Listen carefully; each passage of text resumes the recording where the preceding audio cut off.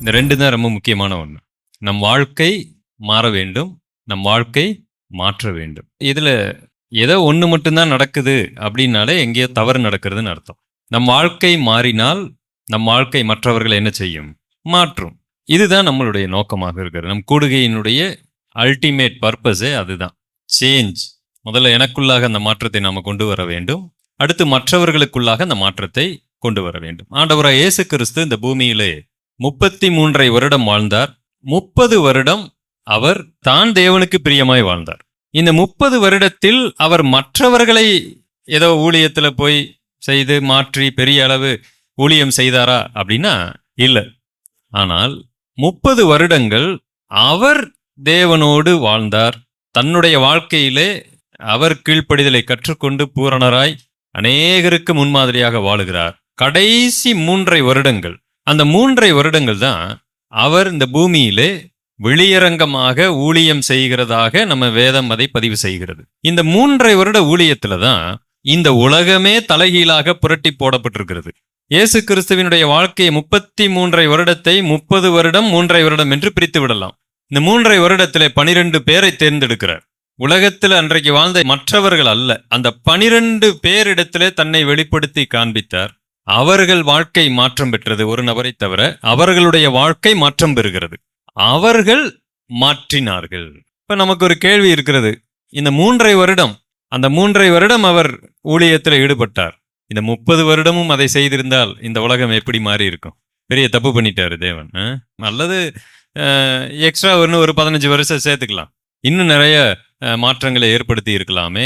3 வருட அந்த ஊழியம் அவ்வளவு சிறப்பாக இருந்ததற்கு காரணம் இந்த 30 வருடம் தனிப்பட்ட முறையிலே அவர் தேவனோடு நடந்த அந்த வாழ்க்கை. அந்த வாழ்க்கை தான் அந்த 3 வருட ட்ரமண்டஸ் மினிஸ்ட்ரி நம்ம சொல்றோம் பாத்தீங்களா. ஒரு அற்புதமான வல்லமை நிறைந்த ஒரு 3 வருட ஊழியம் அவ்வளவு அற்புதமாய் நடக்கிறதற்கு இந்த 30 வருட வாழ்க்கை தேவைப்படுகிறது. நீங்க உடனே கற்பனை பண்ணிக்க கூடாது. அவர் கர்த்தர் தேவனிடத்திலிருந்து வந்தவர். அவர் 2 வருஷம் ஊழியம் பண்ணாலும் சரி, 10 வருஷம் ஊழியம் பண்ணாலும் சரி, அவர் ஜீபூம்பான்னு மந்திரம் போட்டு எதை வேணாலும் செய்து விடலாம் என்று நீங்கள் அப்படி சிந்திக்க கூடாது. அவர் நம்மை போல பாடுள்ள மனுஷனாக இந்த பூமிக்கு 2ஆம் ஆதாமாக வருகிறார். பிந்தின ஆதாமாய் வருகிறார். நம்ம இந்த உலகத்துல என்னெல்லாம் கஷ்டப்பட்டோமோ அதே மாதிரி தான் அவருக்கும் கஷ்டம் இருந்தது. பூலோகத்தின் அடிப்படையில் அவருக்கு தாய் தகப்பன்மார் இருந்தார்கள், சகோதர சகோதரிகள் இருந்தார்கள்.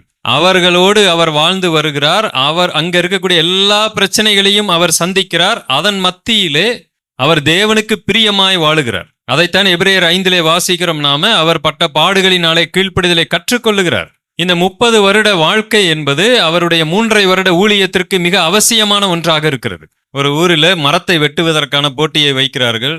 கடுமையான போட்டி. குறிப்பிட்ட நேரம்தான். அரை மணி நேரத்துல எவ்வளவு மரங்களை வெட்ட வேண்டும், அதிகமான மரத்தை வெட்டியவர்களுக்கு பரிசு.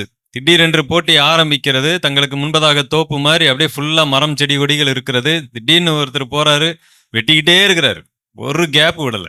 முதல் மரத்தை வெட்டினார், அடுத்த மரத்தை வெட்டினாரு. இன்னொரு பக்கம் இன்னொருத்தர் போறாரு, வெட்டவே இல்லை. அவர் போய் பார்த்தா ஒரு மரத்தை வெட்டிட்டு வந்து கோடாலியை தீட்டிட்டு இருக்கிறாரு. திரும்ப போய் இன்னொரு மரத்தை வெட்டிட்டு அப்புறம் கோடாலியை தீட்டி கொண்டிருக்கிறார். எல்லாரும் சிரித்து கொண்டிருந்தாங்க. இவர் என்ன இந்த மாதிரி பண்ணிக்கிட்டு இருந்தா என்ன செய்ய முடியும்? எல்லாரும் பார்க்கும் போதெல்லாம் இவர் கோடாலியை தான் தீட்டிட்டு இருக்காரு, மரத்தை வெட்டின மாதிரியே தெரியல. கடைசியில எல்லாம் கூட்டி கழிச்சு பார்த்தா இவர் அதிகமான மரத்தை வெட்டி இருக்கிறார். எந்த டைம் இல்லாம போய் வெட்டிக்கிட்டு இருந்தவங்களாம் பார்த்தீங்கன்னா கொஞ்சம் மரத்தை தான் வெட்டி இருக்கிறார்கள். அப்பதான் இவங்களுக்கு விஷயமே புரிந்தது. மரத்தை வெட்டும் பொழுது அவர் சொன்னார், நான் கோடாலியை தீட்டுவதற்கு 15 நிமிஷங்கள் எடுத்துக்கொள்ளுகிறேன், மரத்தை வெட்டுவதற்கு ஓரிரு நிமிடங்களே எடுத்துக்கொள்ளுகிறேன். அதனால என்னுடைய பலமும் அதிகமாய் பிரயோகிக்கப்படவில்லை, என்னுடைய நேரமும் மிஞ்சியது. இயேசு கிறிஸ்து 30 வருடம் அவர் தன்னுடைய கோடாலியை தீட்டிக் கொண்டிருந்தார். 3 வருடம் உலகத்தையே வெட்டி வீழ்த்து விட்டார். அவ்வளவுதான். சீஷர்களும் அதே போலதான் இருந்தாங்க. அப்ப நம்மளுடைய கிறிஸ்தவ வாழ்க்கை என்பது நம்ம அந்தரங்கத்தில் வரக்கூடிய மாற்றம், அடுத்தவர்களில் ஏற்படுத்துகிற மாற்றம். நீங்கள் உங்களை சரியானவர்கள் என்று நீங்கள் மதிப்பிட்டால், நான் கர்த்தருக்குள் சரியா இருக்கிறேன், நான் சரியா போயிட்டு இருக்கிறேன், எல்லாம் பண்ணீங்கன்னு சொன்னா ஒரு மாற்றத்தை, ஒரு தாக்கத்தை நீங்கள் என்ன செய்வீர்கள்? ஏற்படுத்துவீர்கள். ஒரு சில இடங்களில் வேண்டுமானாலும் நாம சொல்லலாம் எல்லாரையும் மாற்ற முடியாதுங்க, உண்மைதான். அதுக்காக நம்ம லைஃப் எந்த தாக்கத்தையுமே ஏற்படுத்தவில்லை என்று சொன்னால் அது நம்பும்படியாக இல்லையே. நாம பொத்தாம் பொதுவாக இன்னொருவர் மாற்றம் பெறாமல் இருப்பதற்கு அது எப்படிங்க நான் காரணமா இருக்க முடியும்? அடுத்தவர் என் வீட்டில் எங்க அம்மாவா இருக்கலாம், அப்பாவா இருக்கலாம், தம்பியா இருக்கலாம், யாராய் வேண்டுமானாலும் இருக்கலாம். அவர்கள் இன்னும் கர்த்தரை ஏற்றுக்கொள்ளவில்லை. கரெக்டு தான். அதுக்கு நான் எப்படிங்க காரணம் ஆக முடியும்? உண்மைதான், நம் காரணம் இல்லைதான். ஆனால் அதற்காக என்னுடைய வாழ்க்கை எந்த ஒரு தாக்கத்தையுமே ஏற்படுத்தாதா? தாக்கத்தை ஏற்படுத்தும். ஆண்டவரே இயேசு கிறிஸ்துவினுடைய வாழ்க்கை ஒரு தாக்கத்தை ஏற்படுத்தும். ஆனால் எல்லாரும் அந்த 12 பேர்ல ஒருத்தன் மாற்றம் பெற்றானா? இல்ல.